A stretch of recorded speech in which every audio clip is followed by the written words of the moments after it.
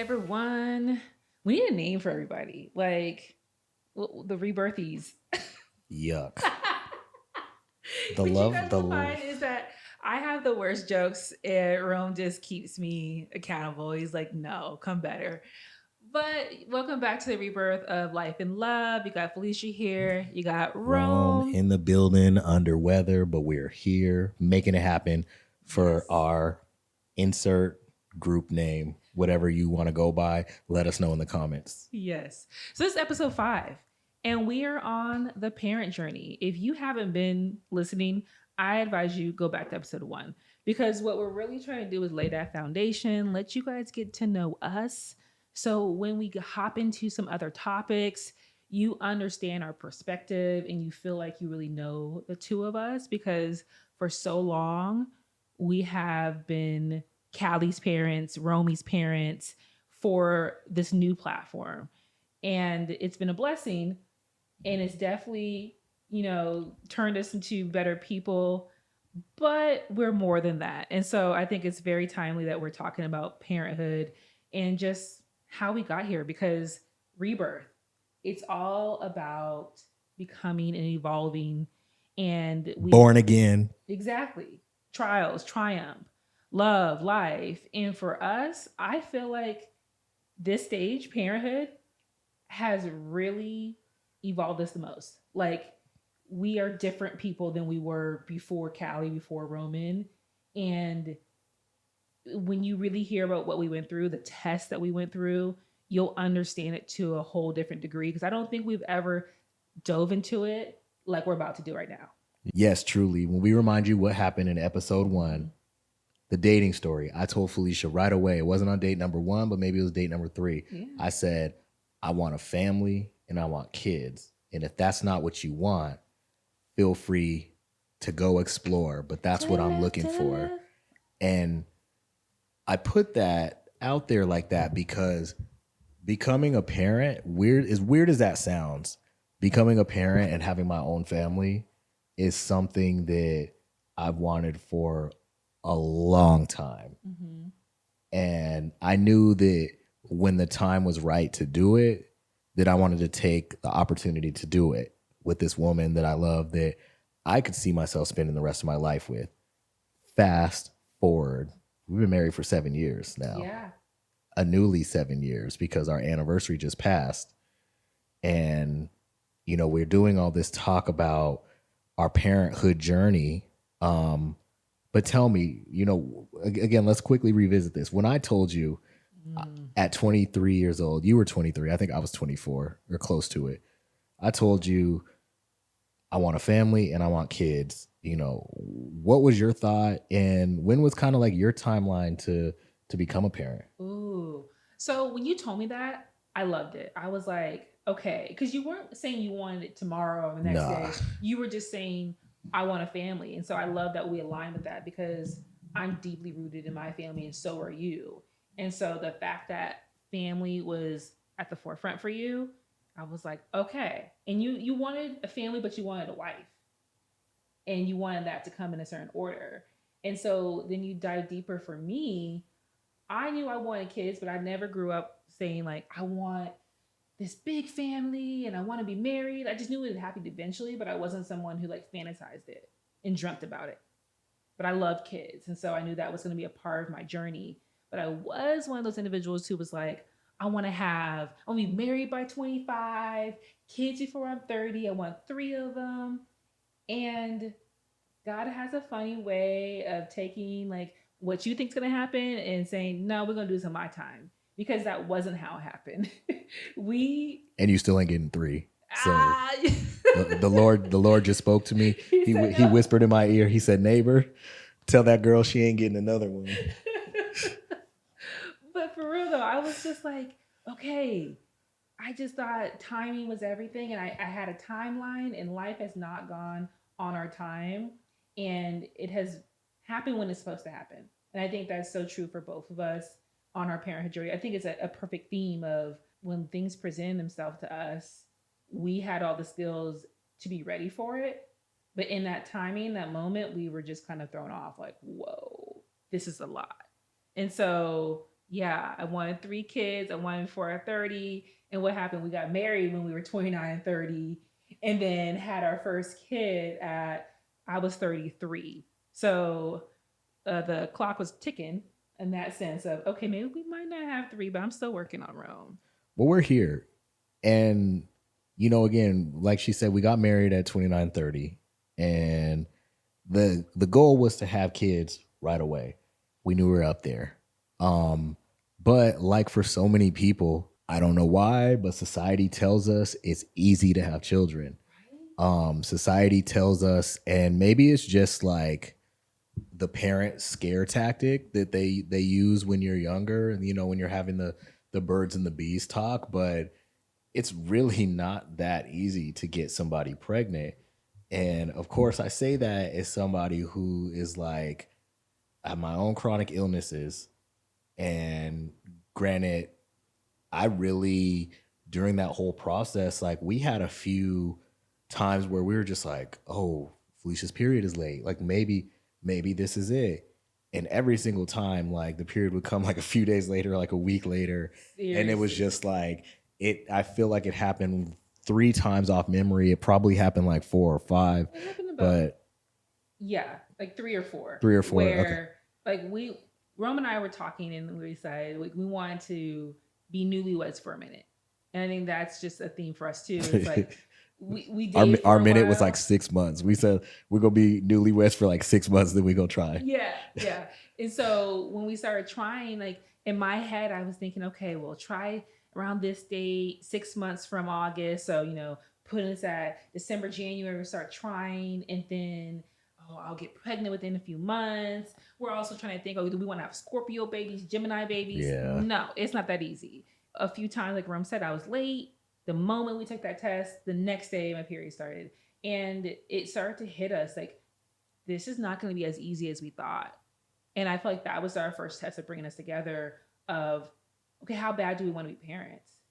And like, what's our why? Because if our why for me was I had so much love to give, and I wanted to provide this home for a child. I wanted to have those memories. I wanted to build a family and create new traditions. And if that's the case, then maybe there's other ways to have that.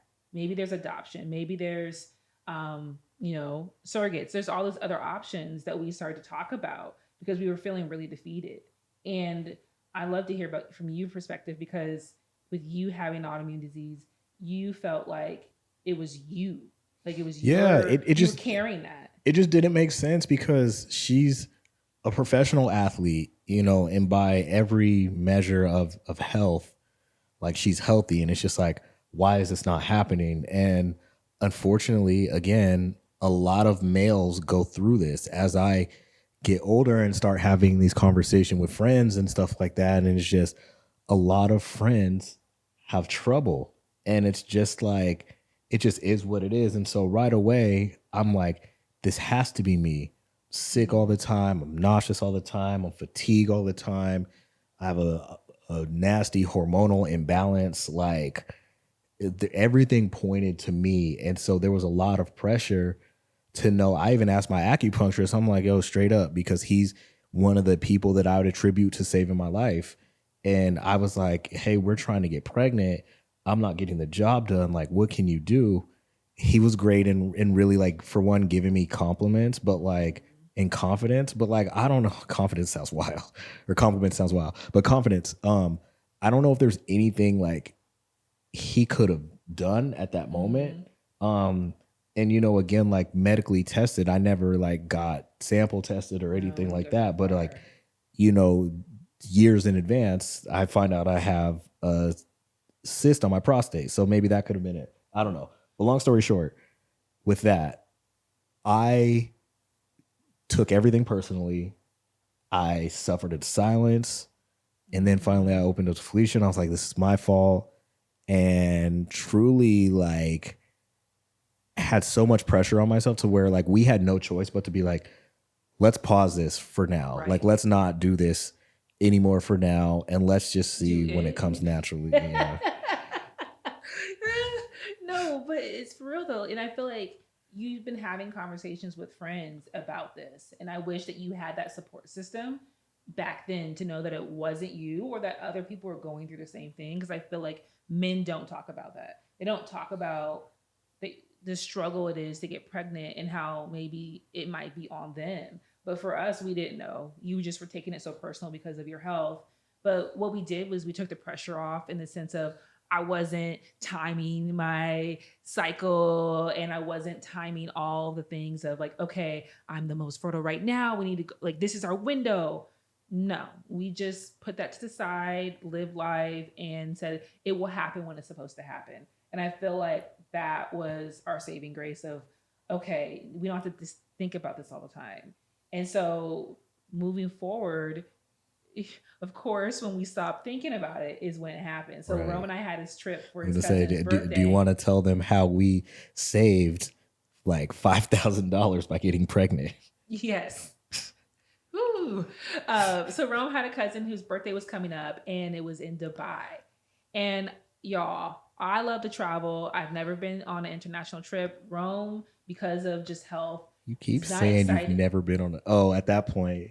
No, at that point No. we've been to DR. Okay, y'all, we've been to DR, but I'm talking about flying hours on hours. I was like, yes, I wanted to go on a big trip. And so Rome wasn't about it because he was like, I'm not trying to fly 10 hours anywhere. No, 10. It's 15. Yeah, It's a but 10 plus. You weren't hour. trying to fly that far or that long.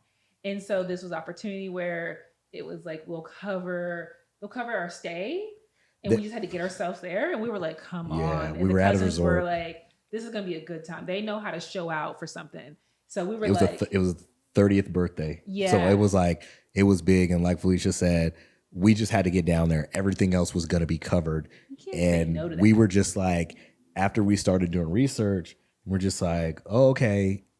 Because the backstory, I don't fly well because I really think I get altitude sickness. Because any flight I take, I get nauseous, I get dehydrated. No matter how much I prep beforehand, I fainted on flights to New York, woke up in a pool of sweat. But regardless, I don't fly well and I don't do well after I land. And so I was looking at Dubai and they had this this IV place that was like pretty close to where we were staying. So I had it planned like, all right, we're going to take this trip, we're going to land. And actually we were going to do it smart because we were going to, if there was a flight on the regular class, and I know that sounds bougie, but hold on, hang with me, from Seattle to Dubai, which I think was like nonstop, was like 15 hours or something like that. But what we were going to do is we found it was going to be better to drive to Vancouver, BC, which is like 2 hours from Seattle, fly to London, and we would have like a night in London and then fly the next day. So we were going to break it up. So we were real serious. We were really trying to do this. We're okay. If we're going to make this trip work, we're going to try to save some money, but also experience different countries while we're there. So we're getting ready to book our flight. And I think we were waiting for a certain date. I've been tracking Google Flights. Yeah. And Google Flight was like, all right, buy on Thursday or Tuesday or whatever it says. So we were waiting for that time to buy. So that's what it said. And we had like a little kickback at our house for Memorial Day weekend. We were having a good time. And we were going to buy those tickets that Thursday. And I was probably like a week late. And I was like, you know what, whatever. A week is whatever. And what we've been through. And I was like, I had a pregnancy test. Let me just take it. And it was positive.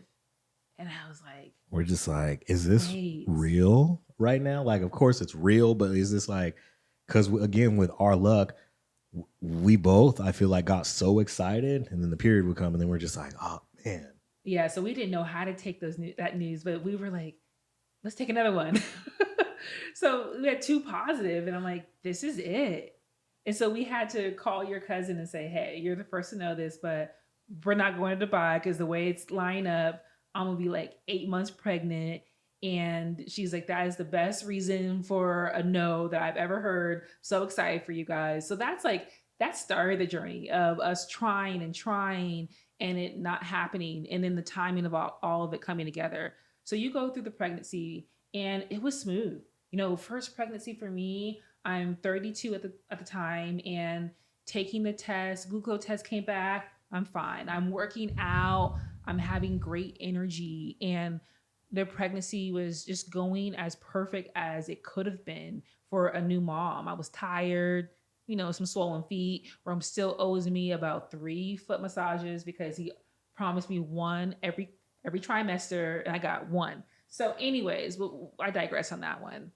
So it's going smooth, and then it doesn't. Did we just get And then almost like socked in the chest, low key? It was a moment where you go from like so happy to so stressed and so isolated in a matter of seconds, and like, yeah, which is unfortunately something that I'm used to, which we'll get into that later. But like, we just imagine everything is great, and then you're told, oh, hey, by the way, this doesn't look right. yeah. And we're just like, what do you mean? Right. And so we went into my 36-week appointment, and that was where I was going to see if Kalia's head was down, how much she weighed, and just really start to prepare for my delivery. And in that appointment, I had a high level of amniotic fluid. And I didn't know what that meant at the time. And she said, that could be nothing. Usually, for someone who has this much fluid, you would have failed your glucose test, which you didn't, but let's just do a follow up.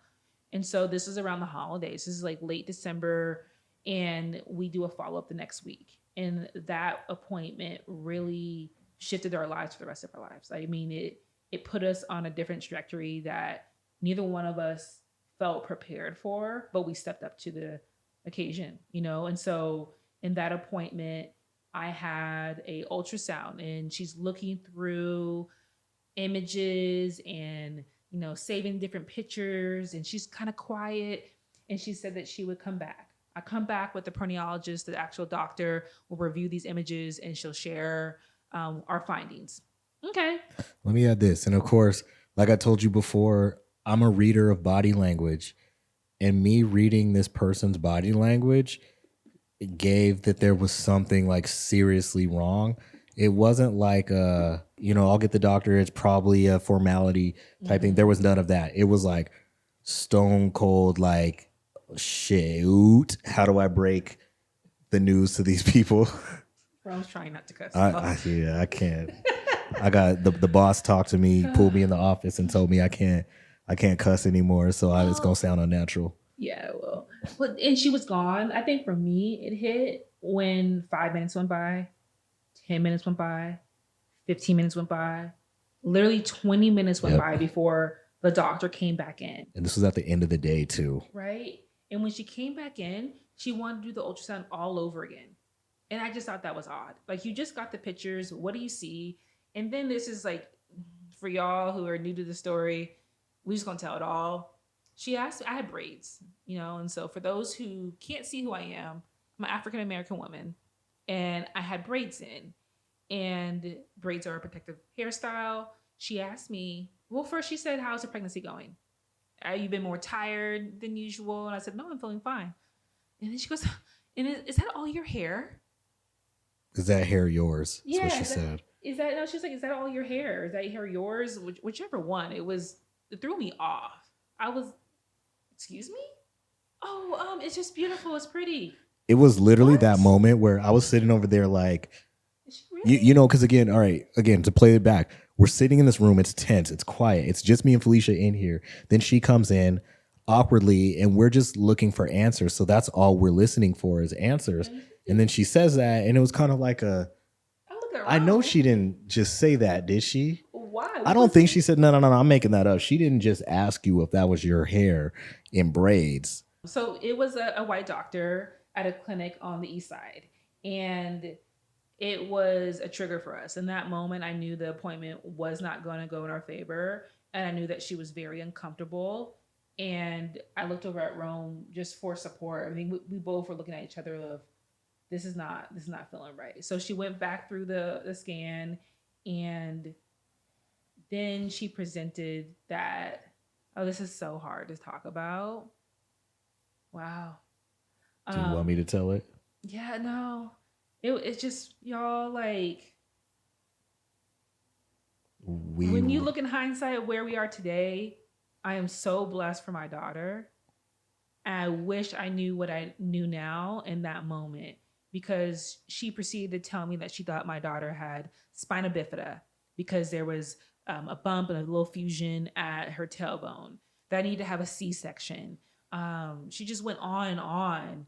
And the moment I heard those two words, I feel like I didn't hear anything else. And also, you guys have to know it's unnatural. And if you've ever been in the doctor, or if you haven't, doctors don't typically just ramble out what they think diagnoses are. They don't just, as they're looking at pictures and looking at videos, saying, "Oh, I see this on this and this on this, and it could be this, but I don't know about this." Like, they say all that stuff and they think all that stuff, but they don't actually say it out loud. She was saying it out loud. So we went from Kalia has spina bifida to we have no idea to me being insulted because she was mentioning Kalia's eyes. Because in the ultrasound, Callie's eyes were bulging and her tongue was out. And that's, again, like Felicia said, knowing what we know now with Pfeiffer Syndrome, that is a clear telltale sign. For one, for those who don't know Pfeiffer Syndrome, Callie's tongue was out because she couldn't breathe. Because Pfeiffer Syndrome kids have taller heads, shallower skulls with a lot of pressure built up. So Callie's face, instead of, sitting where a typical skull would sit, it was inverted like an inch. Right. And so her eyes were closer together. And so that's closer what she together. said. And so she was looking at us the whole time. And we're just like, "Oh, what are you looking at?" And of course, me and Felicia are trying to be positive. Like maybe it's not, what she's saying it is. Maybe it's just genetics. And she was talking about eyes being close together. And I'm like, "Oh, well, mine are close together. So that could be like, just a genetic thing." And she's like, "Oh, you would be the one to say that." And it's just like, all right, ma'am, like, you now are taken into a place it doesn't need to go. But we were so powerless in the moment because we were here seeing this senior doctor for answers that if we went off, we weren't going to get. Little did we know we should have went off because we didn't get them anyway. Right. And I think this was our introduction, mine, to the healthcare system.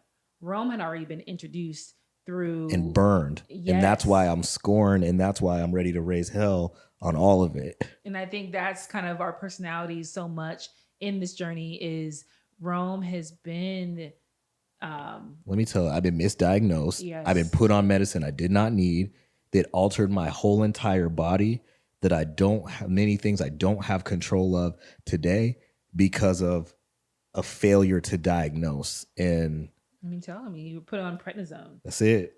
Like, put on a hardcore steroid, and it jacked up my whole entire life.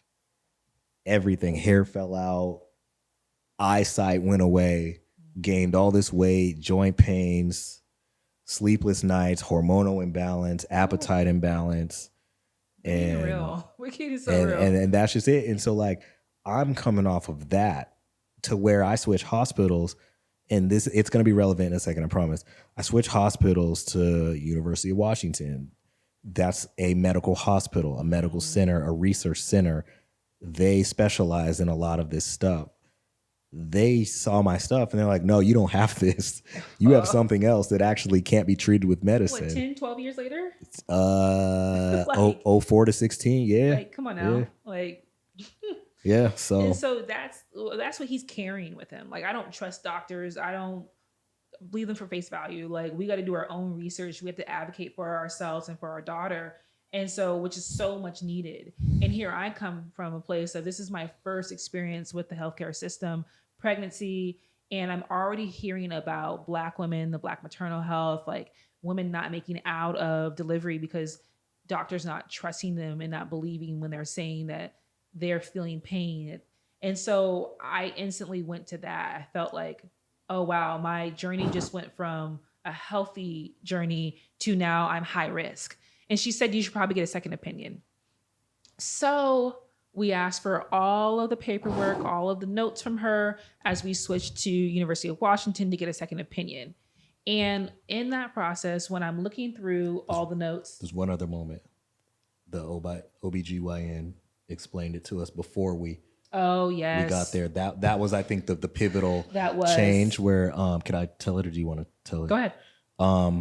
So this was December 20 29th or 30th. So it was right before New Year's Eve. And so we weren't going to get answers. So me and Felicia basically had to sit on this for 5 days. And like, we just were looking up everything she said because I was taking notes and did a lot of praying.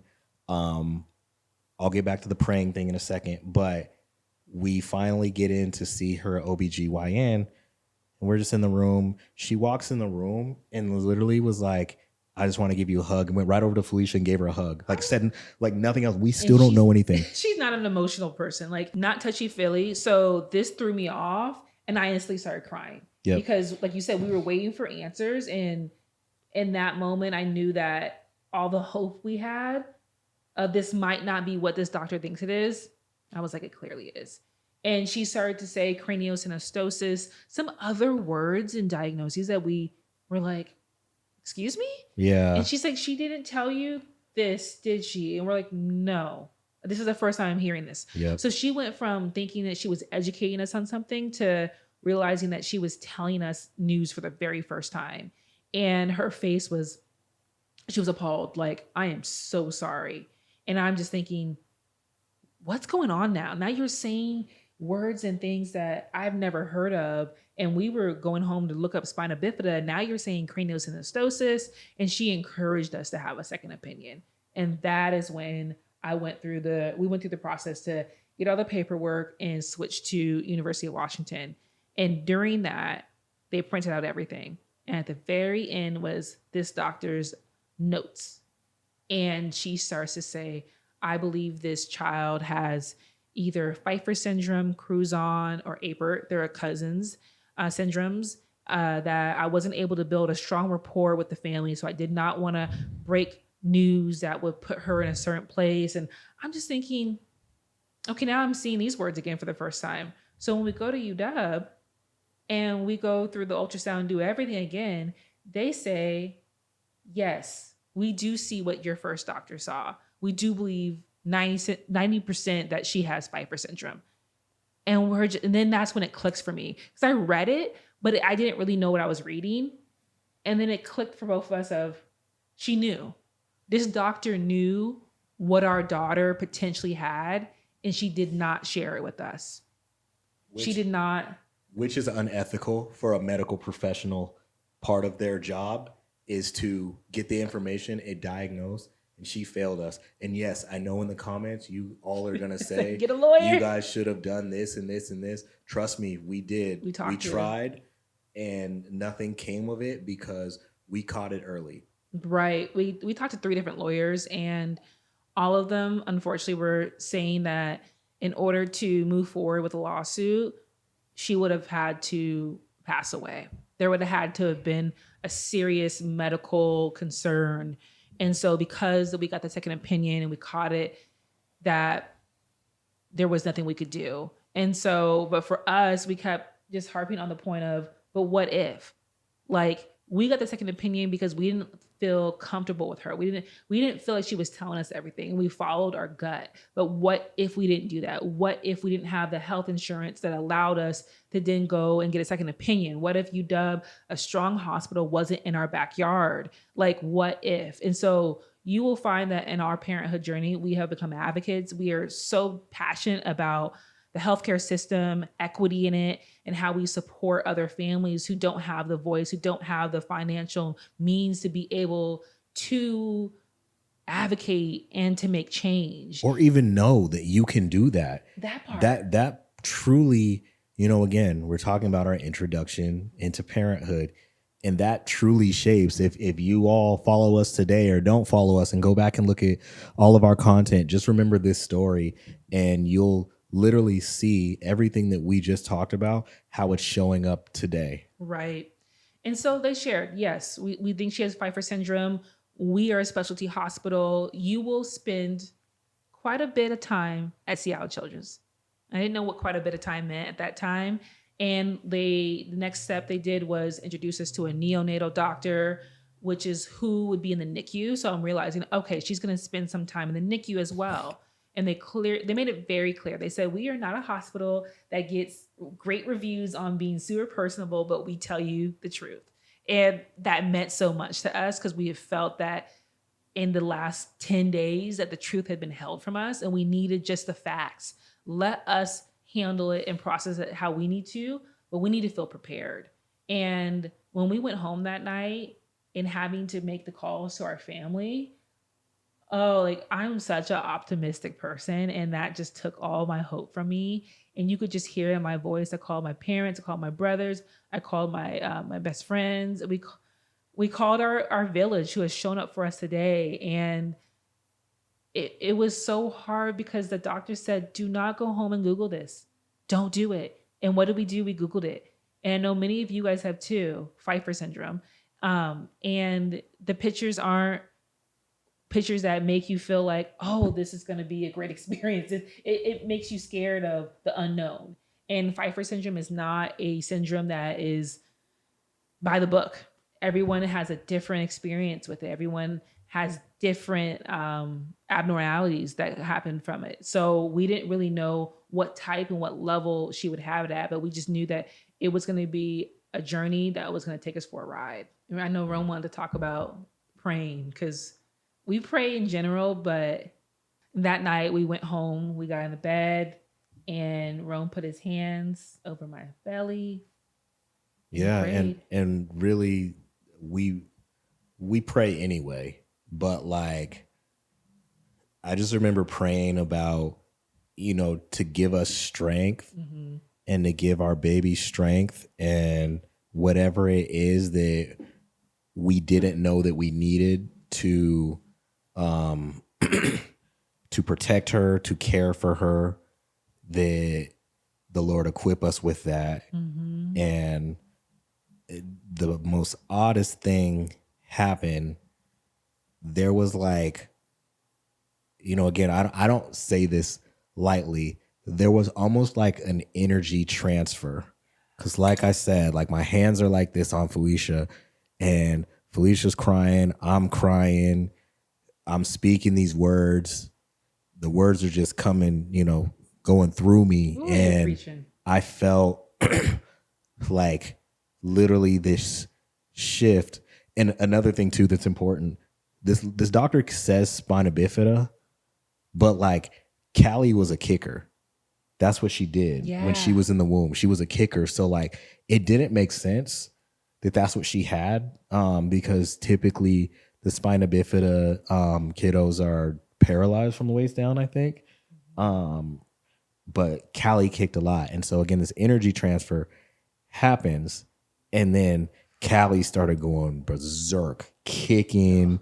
It felt like she was kicking and hitting, and it was like a power transfer where she was just, like soaking up everything. And it was, our eyes are closed praying, and we both looked at each other like, whoa. It was the hardest kicking ever. And what was actually happening, it probably was a bit of our soul and everything that was being infused into her, and our fight that was being infused into her. But that's also a pivotal thing, because I don't have proof that this happened, but I think it is when it happened. Callie's skull started to, how would you explain it? Some of the pockets in her skull started to bust open, which freed pressure around her brain. And since I know a lot of you have probably paused this or simultaneously looking up Pfeiffer syndrome, like I mentioned, the tall head that a lot of the kids have, their skull is prematurely fused together, which means you see a baby that has soft spots on their head, the soft spots on their head so it can mold to the woman's vaginal canal so it can leave the vagina. Callie's skull was already formed and fused together. That typically doesn't happen until they're 2-year-old. So like think about it like a pop can where there's just all this pressure that's built up underneath there. And the reason why I think that is the moment that some of those busted open is because, after she was born, which we'll get to later on, some of the spots or some of the parts of her skull had busted open and relieved pressure. That was like God really telling us, I think, that, hey, I got y'all. It's going to be okay. There's so many moments of I got you, because For us, when she said that we were going to have a C-section, which is pretty common for kids with Pfeiffer syndrome, the parents, I should say the moms, delivering, because like Rome said, the skull doesn't have any soft pockets and spots. And so there is no way for it to be able to kind of form when it's moving through the canal. And so for me, I was like, I'm going to do whatever I need to do to get Callie here. But that C-section was scary, and they said we're going to move forward as if we're having a vaginal delivery, and if at any time and moment that we feel like this not going to be able to happen, then we will have an emergency C-section. And so, we'll reveal it. She was born through vaginal delivery, and it was like, wow. Something that was not typical. We had to give birth in the operating room because what they told us was, her chest cavity is small. We think that her lungs are small. So they didn't think she was going to be breathing. So we had to actually, that same week she was born, answer those questions on what you should do if she's not breathing. And we both, like, without hesitation, like, save our baby. Yes, save her. Like, what if... They were like, she might not be crying, so you might not be able to have her on your chest. She might have to, you see this room right here? One parent will have to go with her into this room as we resuscitate her. And it was just all of these very serious questions about her life. And I realized this is a very serious syndrome and situation. And this could go bad. It could go in a place where we went from thinking we were having this very beautiful, healthy pregnancy to answering these questions that neither one of us were prepared for. And I just feel like having to adapt to a situation, having to just shift and pivot and realize, okay, how do we show up for our unborn daughter is a question and things that we continue to have to do now. Like, we've always had to, in this journey, deal with the unknown, deal with the next day of, hey, she's sick, or hey, she needs to go to the hospital. It's been a roller coaster of emotions. And those 2 weeks from finding out her diagnosis to having to be induced, those 2 weeks showed us kind of like what we should prepare for. And I feel like it is a journey that has been unexpected and has been a trial for us, but we grew so much in those 2 weeks of learning who we are. The emotion I saw from you, the crying, us having to come together and say, hey, this little girl, she's going to feel this energy. And so if we are at a zero, we are down here, she's going to feel that. And so I felt like I had to push through of being very sad and to remember that there was going to be beauty on the other side and joy. And that is Callie's middle name, Kalia Joy. And she has been such a beautiful part of our lives. And that has been one of the best rebirth, best evolution of us, is becoming parents and the challenges it has presented to us to become better human beings and to learn how to show up and be present in so many ways, but to learn how to fight and to fight for our girl from day one. And I feel like there's been comments when after she was born of questioning us and the haters, the people who come in and talk about her appearance, and we're like, nah, we ain't staying for this. And when you realize what we've been through to get here, how we knew we wanted to be a family and how we knew we wanted to have children, and this is God said, well, this is how you're gonna become a parent, and this is your child. And we said, okay. Yeah. This is our child. Like, to your point, a lot of people ask me if I would have it any other way, like if I would have her healthy or whatever. And every single time I'm like, I would not change one thing about it, because my girl has been through more than most adults. I'm comfortable and confident saying that. My girl has literally been through everything and just continues to smile. Mm-hmm. All she literally knows is joy. And no matter what, I needed joy in my life. You needed joy in your life. And I have no choice but to be the best dad ever for her, not because I'm obligated to do so, because she deserves it. Right. Because she deserves everything. She deserves to be able to come from a loving home. She deserves to be able to have things that she needs to progress her life. She deserves that all. And so that's why I'm happy to be who I am to her, because she's my biggest accomplishment and my biggest inspiration. Mm-hmm. And so, yeah, like Rome said, if we found out at 20 weeks versus 37 weeks, at 10 weeks, no, like we were on this journey and this was how we were supposed to be parents, and we weren't going to change that narrative. We weren't going to say, no, we're good. No, this is what we didn't sign up for. But when you say you want to become a parent and you try, there's so many different syndromes, there's so many different things that can happen along that journey. And I feel like we have realized that since then, of what is presented to you is meant to be there for a reason.